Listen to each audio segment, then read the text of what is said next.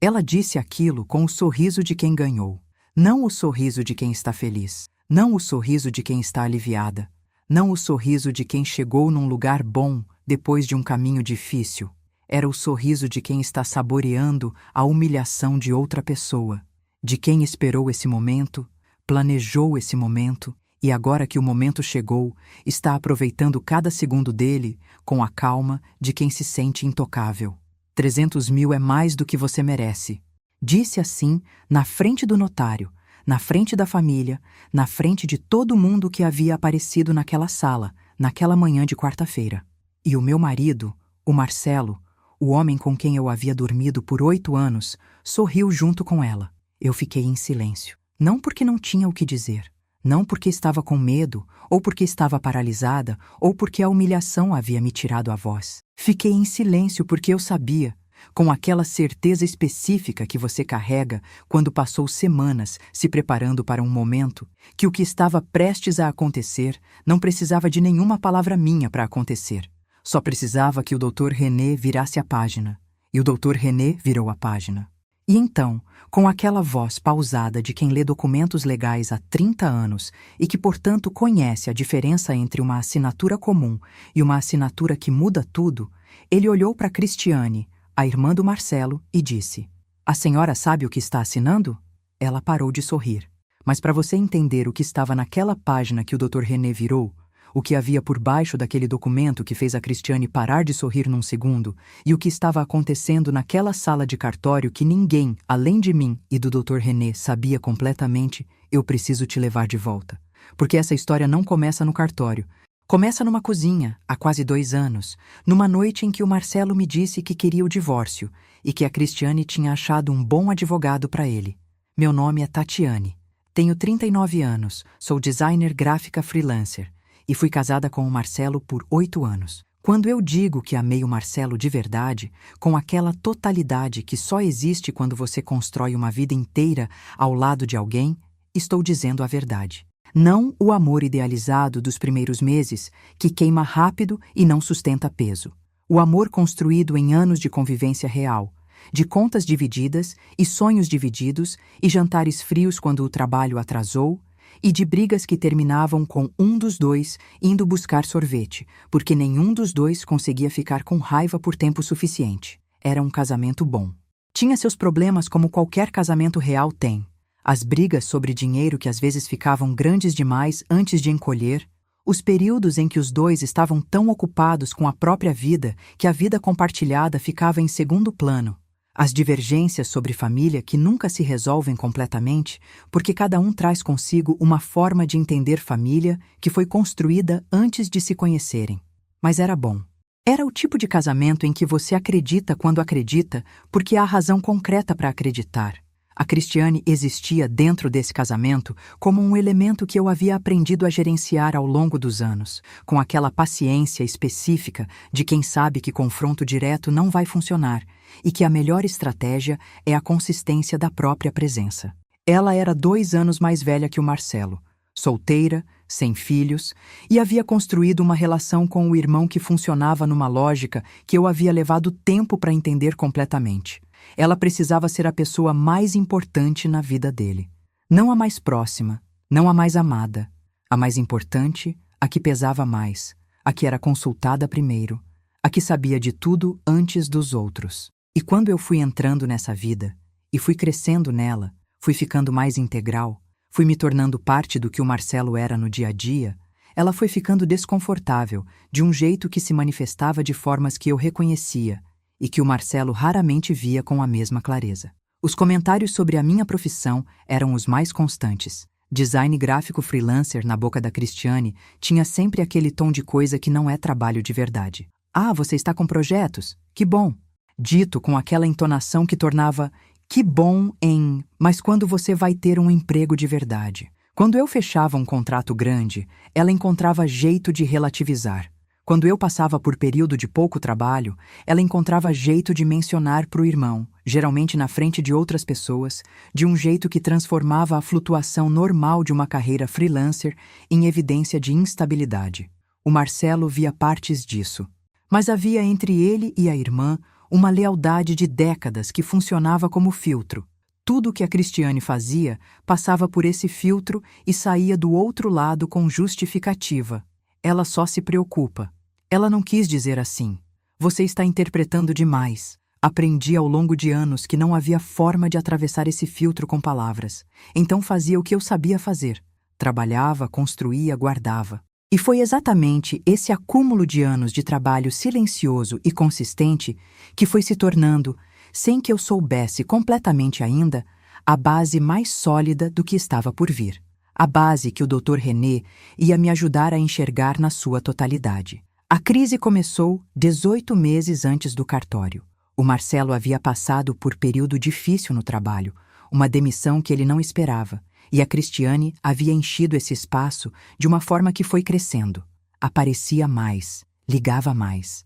Estava mais presente do que nunca, sempre com uma opinião, sempre com um conselho, sempre com uma narrativa sobre o que estava acontecendo que eu observava, mas que o Marcelo absorvia com a disponibilidade de quem está vulnerável e precisa de apoio.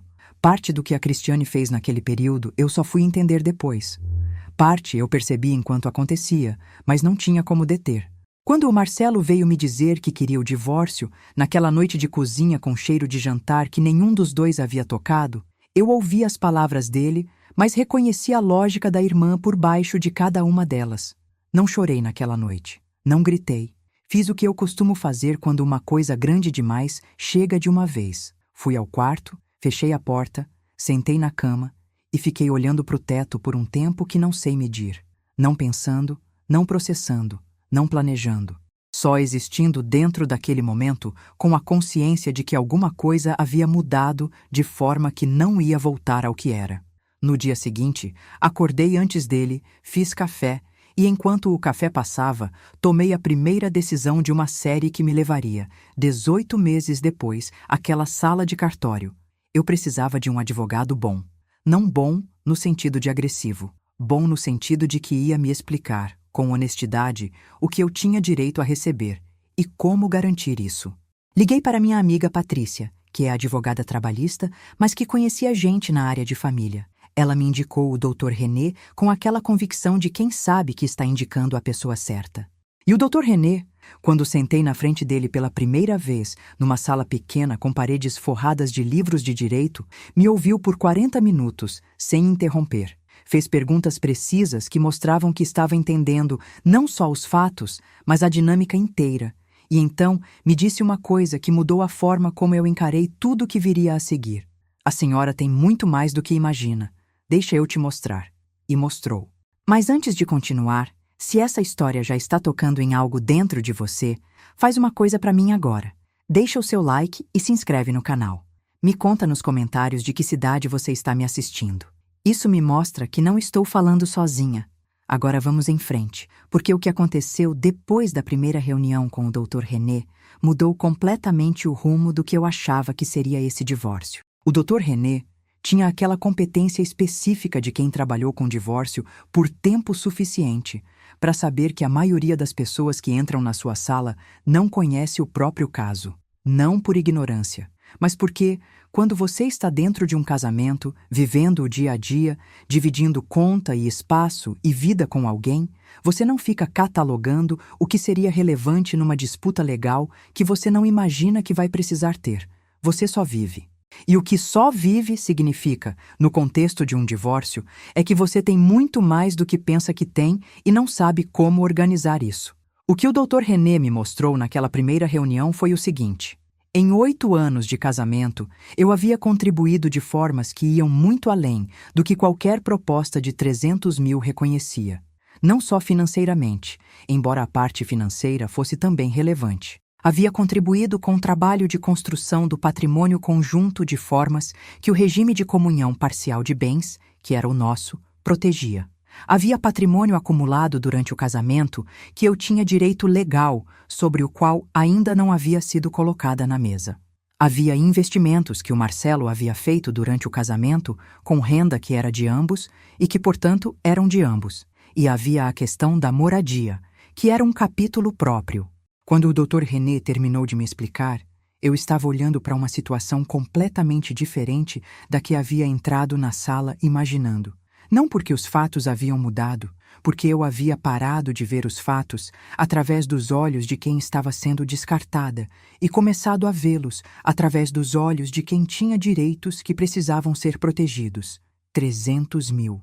A Cristiane havia escolhido aquele número com a precisão de quem pesquisou o mínimo possível que eu poderia aceitar e ficou ali, com um pouco de margem para parecer generosa.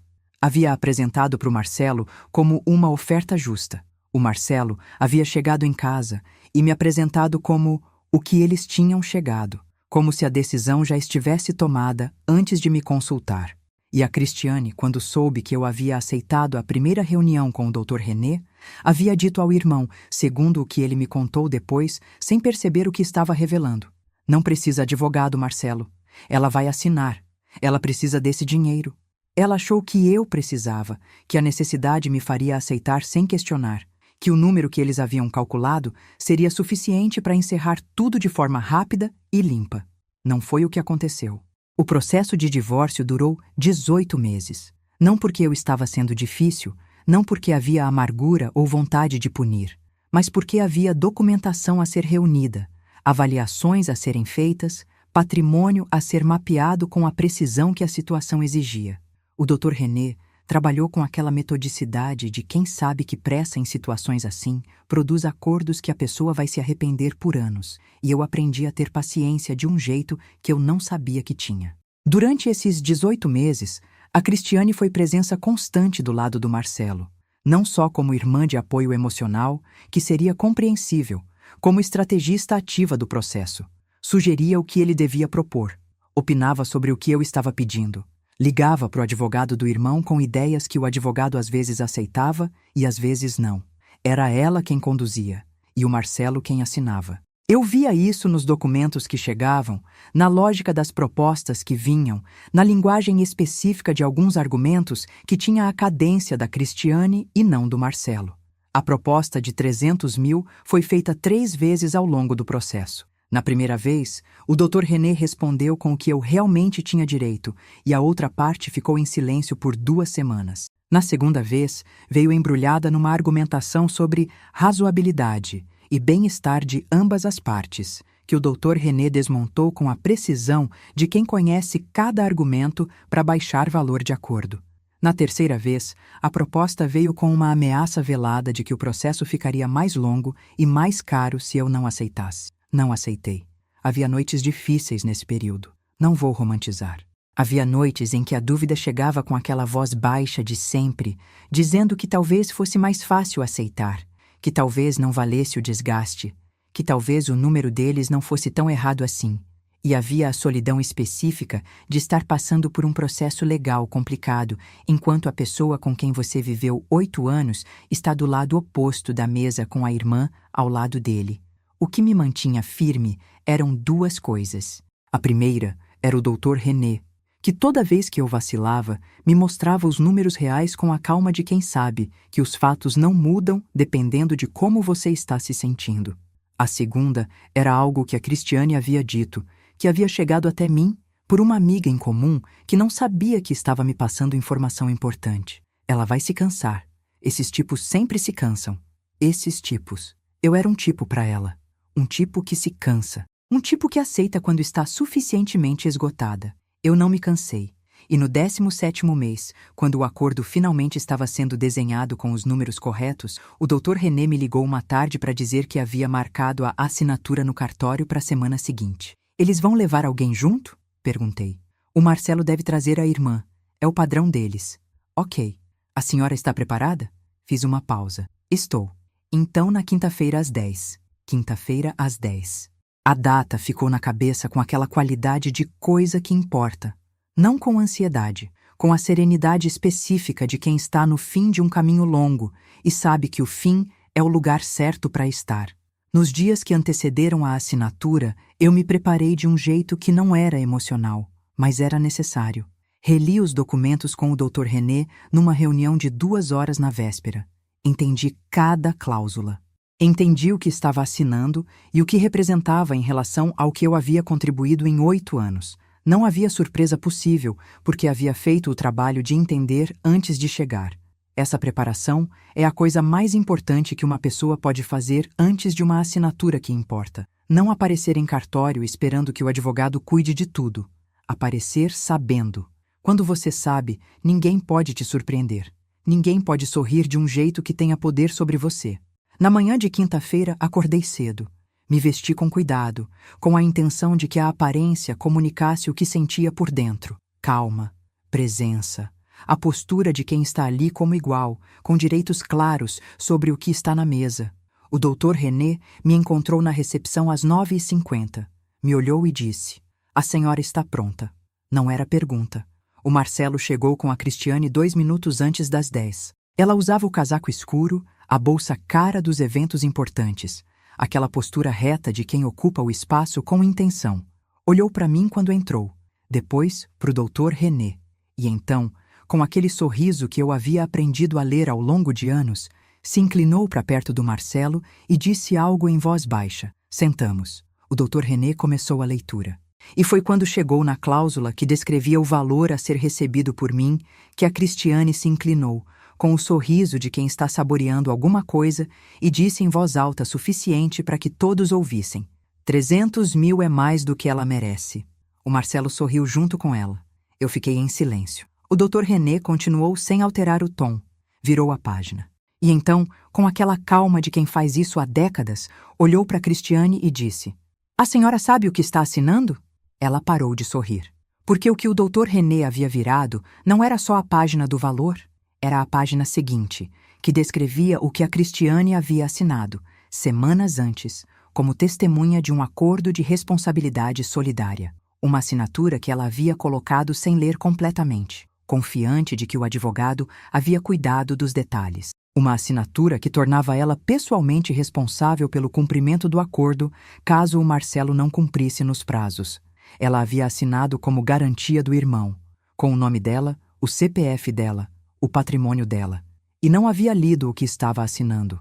O silêncio que seguiu a pergunta do Dr. René foi de um tipo que eu havia visto antes em outras situações, mas nunca sentido dessa forma. O silêncio de quando uma sala inteira processa ao mesmo tempo uma informação que muda a hierarquia do que estava acontecendo. A Cristiane estava sentada com os olhos no documento, não lendo, olhando. Do jeito que você olha para uma página quando as palavras estão lá, mas o cérebro não está processando porque o cérebro está muito ocupado, tentando calcular as consequências do que acabou de entender. O Marcelo olhou para o advogado dele, um homem mais jovem que ficou levemente mais rígido na cadeira. Depois olhou para a irmã, depois para mim. E então, pela primeira vez naquela sala, o sorriso havia sumido completamente do rosto dos dois. O Dr. René continuou com aquela impassibilidade de quem leu documentos como aqueles centenas de vezes. Explicou a cláusula com clareza. Explicou o que a responsabilidade solidária significava em termos práticos. Explicou que a assinatura havia sido colocada no documento semanas antes, em reunião da qual eu não havia participado, e que havia sido proposta pelo próprio advogado do Marcelo como forma de dar mais solidez ao acordo. Que a proposta havia sido aceita, que a Cristiane havia assinado. Eu não sabia que era isso, a Cristiane disse. A voz havia mudado completamente. Não havia mais o sorriso, não havia mais a leveza de quem está no controle. Havia a voz de alguém que acaba de perceber que colocou o nome em alguma coisa que não havia entendido completamente. A senhora deveria ter lido antes de assinar, o Dr. René disse, com calma, sem crueldade, como fato. O advogado do Marcelo disse que precisava de um momento. Pediu uma pausa. O Dr. René concordou. E durante os 15 minutos que se seguiram, eu fiquei sentada com as mãos no colo, enquanto do outro lado da sala, o Marcelo e a irmã conversavam em voz baixa com o advogado deles. O Marcelo com aquela expressão de quem está ouvindo uma explicação que não está gostando de ouvir, a Cristiane com o rosto fechado de quem está processando a extensão de um erro que não sabia que havia cometido.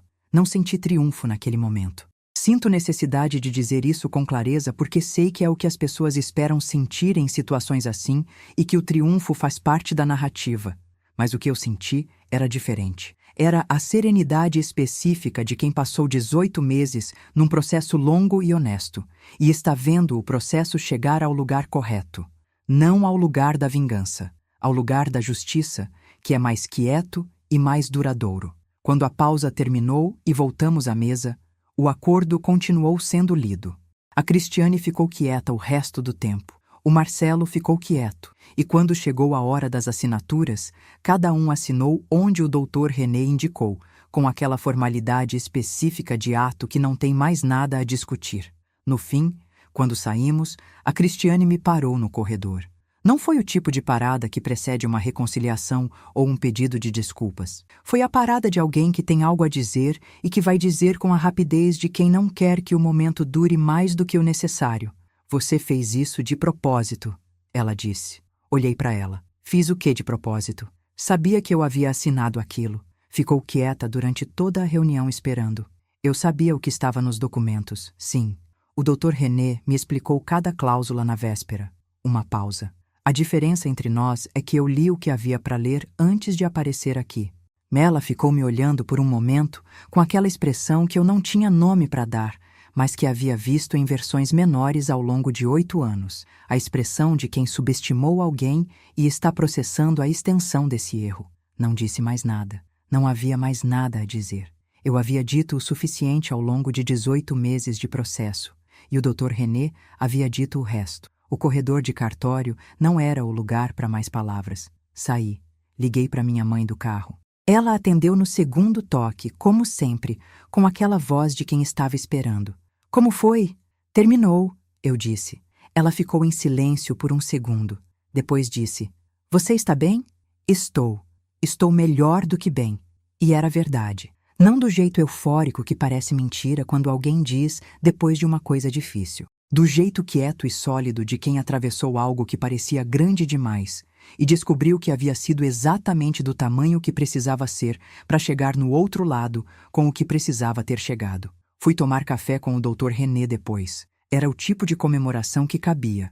2 pessoas adultas numa mesa de café conversando sobre o que havia acontecido com aquela distância profissional, que ao mesmo tempo é distância e é reconhecimento do trabalho feito. Ele disse que havia sido um dos processos mais organizados que havia conduzido, que eu havia chegado em cada reunião preparada, havia feito as perguntas certas, havia confiado no processo sem apressar, que esse tipo de cliente facilita o trabalho de uma forma que faz diferença no resultado.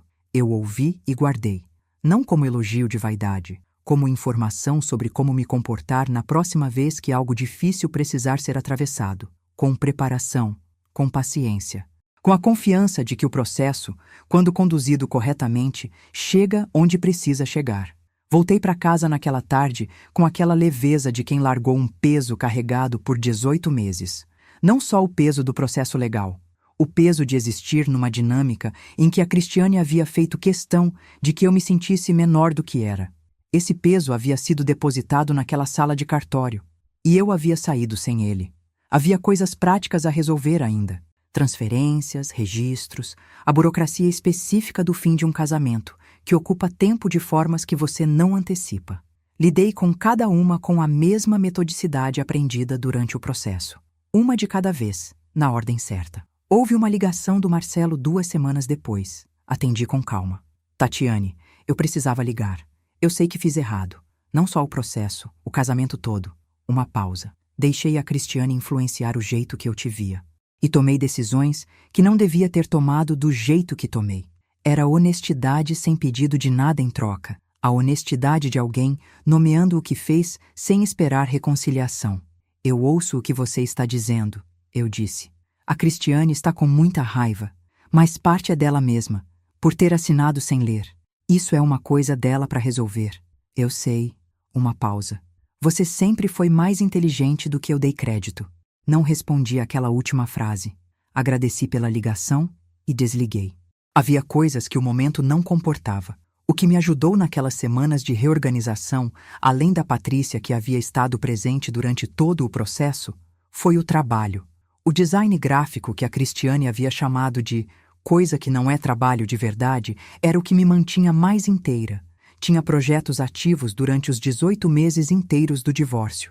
Tinha clientes. Tinha entregas. Tinha o ritmo de quem faz alguma coisa que importa todos os dias, independente do que está acontecendo no resto da vida.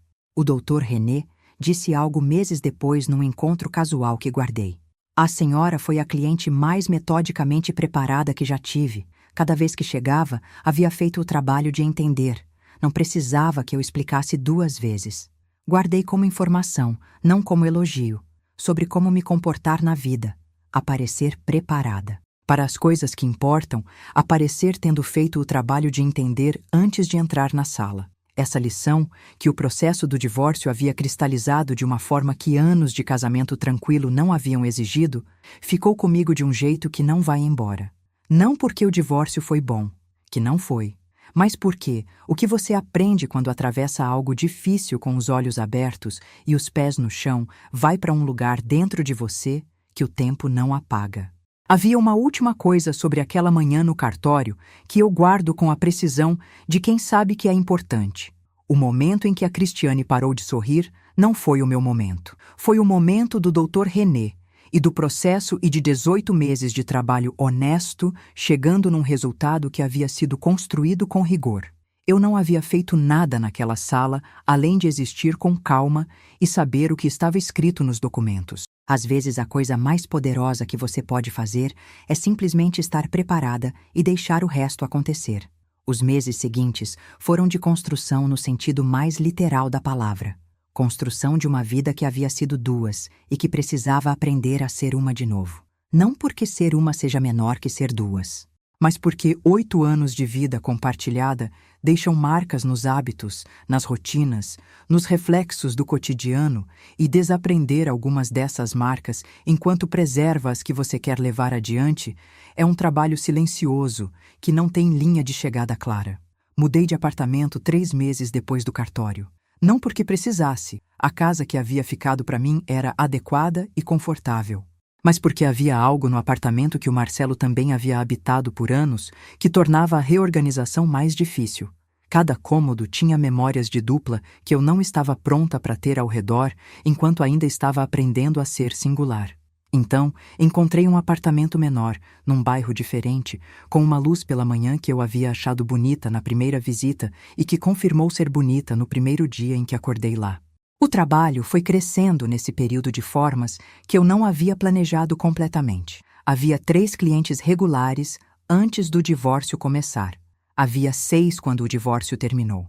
Não porque eu havia me esforçado mais durante o processo, mas porque o tipo de foco que se desenvolve quando você precisa de âncoras produz trabalho de qualidade que as pessoas notam e recomendam. A Cristiane havia chamado de trabalho que não é de verdade. Havia fechado, naquele período, o contrato mais expressivo da minha carreira até então. Havia um projeto específico que eu havia começado no 10º mês do processo, numa fase em que as negociações estavam difíceis e eu precisava de alguma coisa que fosse inteiramente minha, sem negociação, sem dependência de outra pessoa. Era um projeto pessoal de identidade visual para uma organização sem fins lucrativos que trabalhava com alfabetização de adultos num bairro perto de onde minha mãe morava. Tinha surgido através de uma conhecida, não pagava bem, e eu havia aceitado imediatamente porque havia algo naquele projeto que eu precisava naquele momento. A simplicidade de fazer algo bom por uma razão que não era complicada. O projeto havia se desenvolvido ao longo de 8 meses. Quando ficou pronto e foi apresentado, a diretora da organização havia ficado emocionada de uma forma que me surpreendeu pela intensidade. Disse que nunca havia tido recursos para ter identidade visual e que aquilo ia mudar a forma como a organização se apresentava no mundo, que ia abrir portas que estavam fechadas, que era o tipo de coisa que parecia pequena, mas que, na prática, fazia diferença na capacidade que uma organização pequena tem de ser levada a sério. Esse projeto me rendeu 3 indicações. Uma delas havia se tornado cliente regular. Outra havia virado uma parceria que ainda durava quando terminei o divórcio. Era o tipo de consequência que não havia previsto e que chega quando você faz o trabalho sem calcular demais o retorno. A Cristiane entrou em contato uma vez nesse período. Não por ligação, por mensagem escrita, que era a forma dela quando queria controle sobre como a comunicação seria registrada. A mensagem dizia que ela queria conversar, que havia coisas que precisavam ser ditas, que havia processado o que havia acontecido no cartório e que sentia que eu havia armado uma situação. Li a mensagem. Esperou resposta por 2 dias. No segundo dia, respondi com uma única frase: não me armo contra pessoas. Elas se armam contra elas mesmas quando não leem o que assinam. Não houve resposta. Não houve segunda mensagem. E esse foi o último contato que tivemos. Não havia inimizade da minha parte. Havia clareza sobre o que era e o que não era meu para carregar. A raiva da Cristiane era dela. O erro de ter assinado sem ler era dela. O processo de entender o que havia acontecido no cartório e por que havia acontecido era dela. Nenhuma dessas coisas me cabia absorver. O que me cabia era continuar fazendo o que estava fazendo, trabalhando, construindo, vivendo. Havia uma pergunta que algumas pessoas faziam quando eu contava partes dessa história, e que eu levei tempo para ter resposta clara. Você se arrepende? Não do divórcio, que era inevitável quando o casamento havia chegado onde havia chegado, mas de não ter agido antes. De ter deixado a Cristiane fazer o que fez por tanto tempo sem resposta. A resposta que cheguei é a seguinte: não me arrependo de não ter agido antes, porque não havia chegado antes no lugar em que eu estava quando o divórcio começou. A pessoa que entrou naquele processo, que ligou para Patrícia no dia seguinte à noite da cozinha, que foi à reunião com o Dr. René preparada, que aguentou 18 meses sem aceitar menos do que era justo, essa pessoa havia sido construída pelos 8 anos inteiros. Inclusive pelos anos em que eu havia absorvido os comentários da Cristiane sem reação visível. O silêncio que eu havia mantido durante aqueles anos não era fraqueza, era acumulação. Era eu construindo, sem saber completamente o que ia precisar quando chegasse o momento de usar. O momento chegou, e eu havia usado. Essa é a coisa sobre paciência que eu quero que você entenda se está numa situação parecida. Paciência não é passividade. Paciência é a disposição de esperar pelo momento certo para usar o que você construiu. É saber que nem todo campo de batalha é o campo certo para essa batalha. É guardar a resposta para quando ela vai ter o peso máximo. A Cristiane havia esperado o cartório para dizer: 300 mil é mais do que você merece. Eu havia esperado o cartório também. A diferença é que ela havia chegado lá sem saber o que estava assinando. E eu havia chegado sabendo tudo. Há uma coisa que aprendi sobre como pessoas como a Cristiane operam que me parece importante nomear, porque pode ser útil para quem está numa situação parecida. Pessoas que constroem poder a partir de controle sobre os outros dependem de que as outras pessoas não saibam o que sabem, não leiam o que precisam ler, não se preparem da forma que deveriam se preparar. O poder delas vem da informação assimétrica. Elas sabem mais do que você, ou acham que sabem. E usam esse conhecimento para te colocar em posição de desvantagem antes que você perceba que está em desvantagem. A resposta para esse tipo de dinâmica não é confronto, não é agressividade, não é tentar superar no campo que elas escolheram. A resposta é estudo, é preparação, é aparecer sabendo o que elas contavam que você não sabia.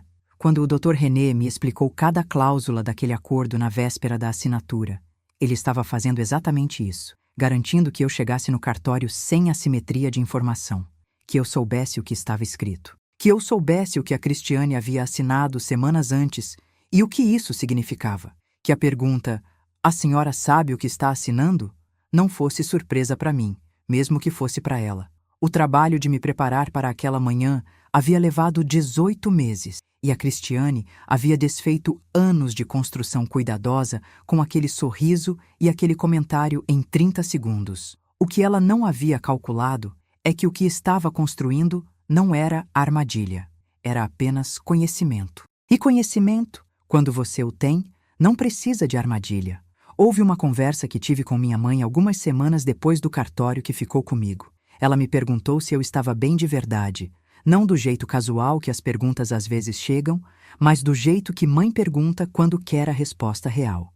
E eu fiquei pensando antes de responder porque queria dar a resposta real. Estou, eu disse. Não do jeito que eu estava antes, de um jeito diferente. Diferente bom ou diferente difícil? Diferente mais honesto. Eu me conheço melhor do que me conhecia antes de tudo isso começar. Ela ficou quieta por um momento. Depois disse: isso é o que importa. E era. Não havia forma mais precisa de descrever o que havia acontecido ao longo de 18 meses. Eu havia me conhecido melhor. Havia descoberto que aguentava mais do que achava, que tinha mais paciência do que havia demonstrado antes, que quando o caminho ficava longo e a tentação de aceitar o mínimo ficava grande, havia em mim alguma coisa que não cedia. Não sabia o nome daquilo antes de precisar usar. Depois de usar, soube que era a mesma coisa que havia me feito continuar freelancer, quando o Marcelo às vezes sugeria que emprego fixo seria mais seguro, que havia me feito aguentar os comentários da Cristiane por anos sem me encolher completamente. Era a certeza de que eu sabia de mim, que o que eu era tinha valor independente de confirmação externa.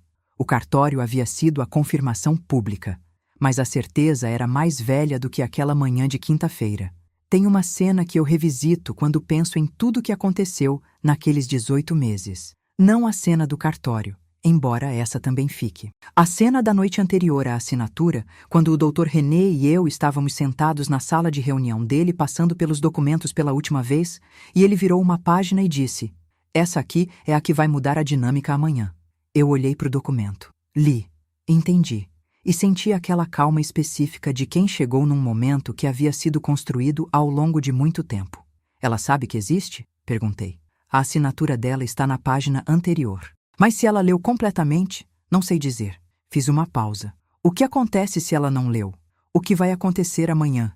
Ele disse, com aquela objetividade de notário que não julga, não comemora, não lamenta. Só descreve o que vai acontecer porque é o que os documentos prevêem. Guardei aquela conversa. Não porque era sobre a Cristiane, porque era sobre mim. Sobre o fato de que eu havia feito o trabalho de ler, de entender, de aparecer preparada. E que esse trabalho havia produzido uma realidade que nenhuma quantidade de sorrisos ou de frases sobre o que eu merecia ou não merecia podia desfazer. Esse é o primeiro ponto que quero te deixar. Faça o trabalho de entender. Qualquer situação que importe, qualquer documento que precise sua assinatura, qualquer processo que envolva seus direitos, apareça tendo feito o trabalho de entender antes de estar na sala. Não porque você vai usar isso para derrotar alguém, mas porque quando você entende o que está acontecendo, ninguém pode te surpreender. E quando ninguém pode te surpreender, você está numa posição fundamentalmente diferente de poder dentro da situação. A Cristiane havia me chamado de tipo que se cansa. Havia construído uma narrativa sobre mim como pessoa que aceita quando está suficientemente esgotada. E havia calculado o processo do divórcio inteiro com base nessa narrativa. O número de 300 mil era o número de alguém que havia calculado o mínimo que uma pessoa esgotada poderia aceitar. Ela havia errado por duas razões. A primeira é que a narrativa estava errada. Eu não era o tipo que se cansa. Sou o tipo que aguenta, que não abrevia o caminho quando o caminho precisa ser percorrido até o fim. A segunda é que ela havia construído a narrativa sobre mim sem nunca me perguntar quem eu era. Havia decidido antes de conhecer. Havia confirmado a decisão, ignorando tudo que não cabia nela, e havia seguido com a confiança de quem não verifica os próprios pressupostos, porque nunca precisou. Esse é o segundo ponto.